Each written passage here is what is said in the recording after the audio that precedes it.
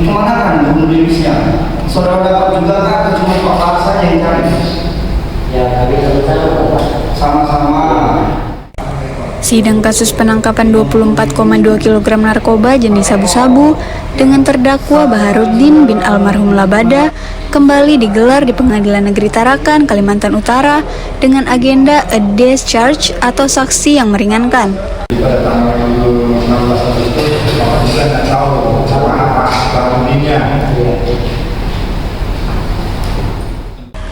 Majelis Hakim yang dipimpin Wakil Ketua PN Tarakan, Dr. Febian Ali SHMH dengan Hakim Anggota 1, Anwar WM Sagala SHMH, dan Hakim Anggota 2, Alfianus Rumondor SHMH dalam perkara nomor 368-Pit-Sus-2024-PN Tar menghadirkan Herman umur 51 tahun.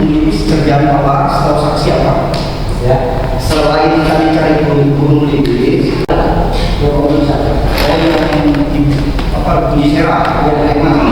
oh ya, berarti saudara saksi tahunya di situ.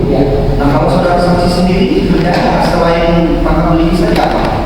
Tidak pulang-pulang pergi dari Perintis, Pak. Oh, udah pulang-pulang dari Perintis. Sama berapa orang mencari waktu itu? Tidak tahu berapa orang. Nah, terus itu sejak jam berapa mencari? Kalau kami 4 hari. Enggak, mencari si Bahar ketika pulang-pulang itu loh, saudara. Pengunjung yang hadir di persidangan didominasi keluarga terdakwa Baharuddin yang datang dari Tanjung Selor, Bulungan. Padli, penasihat hukum terdakwa Baharuddin, menghadirkan Herman. Maaf sebelumnya, seorang petani yang hanya mengecap pendidikan sampai kelas 3 sekolah dasar cukup mengejutkan.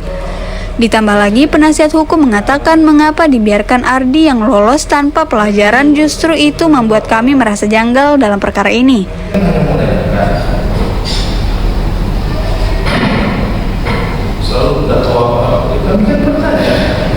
Sendiri pendapat kita itu adalah janggal. Kenapa? Karena ada beberapa tuduhan-tuduhan pokok itu termasuk dengan kepemilikan barang, ya kan? Nah, kepemilikan barang ini mulai kita ragukan adalah ketika ada beberapa pihak yang menurut kita harusnya ditangkap, harusnya diamankan lebih dulu. Misalnya yang mengantarkan barang itu, kemudian bahkan yang lucu juga polisi melihat penyerahan barang, kenapa tidak pada saat itu?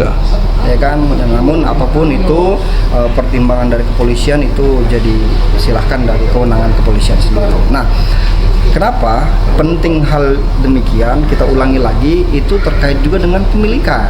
Nah, sampai hari ini dalam pemeriksaan terdakwa di sini, saudara terdakwa tegas menyatakan bahwa tidak tahu sama sekali tentang sumber barang itu dari mana, atau barang itu yang tahunya terdakwa adalah diajak mencari burung belibis, kemudian agak melenceng dulu ke dari tempat yang mau didatangi untuk mencari atau untuk menemui itu tadi.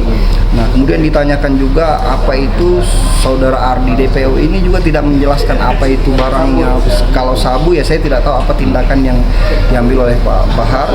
Namun balik lagi Pak, ya kan, kepemilikan itu memang harus dibuktikan secara konkret.